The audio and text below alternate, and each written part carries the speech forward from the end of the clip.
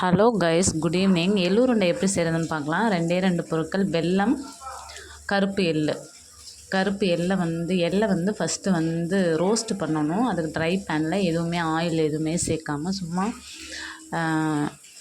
Try பேனில் போட்டு வறுக்கணும். எதுனாலன்னா அது சும்மா பச்சையாக வறுக்காமல் செஞ்சோன்னா அது கசப்பு தன்மையாக இருக்கும். அதனால் நல்லா வறுக்கணும்.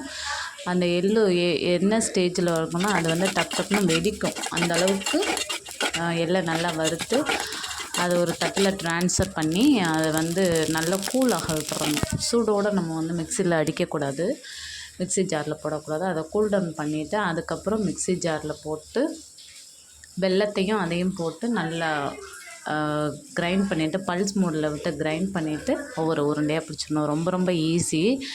வித்தின் 15 மினிட்ஸ்லேயே செஞ்சிடலாம். ட்ரை பண்ணுங்கள். இது சாப்பிட ரொம்ப ரொம்ப நல்லது லேடிஸ்க்கு. Thank you guys. Please subscribe.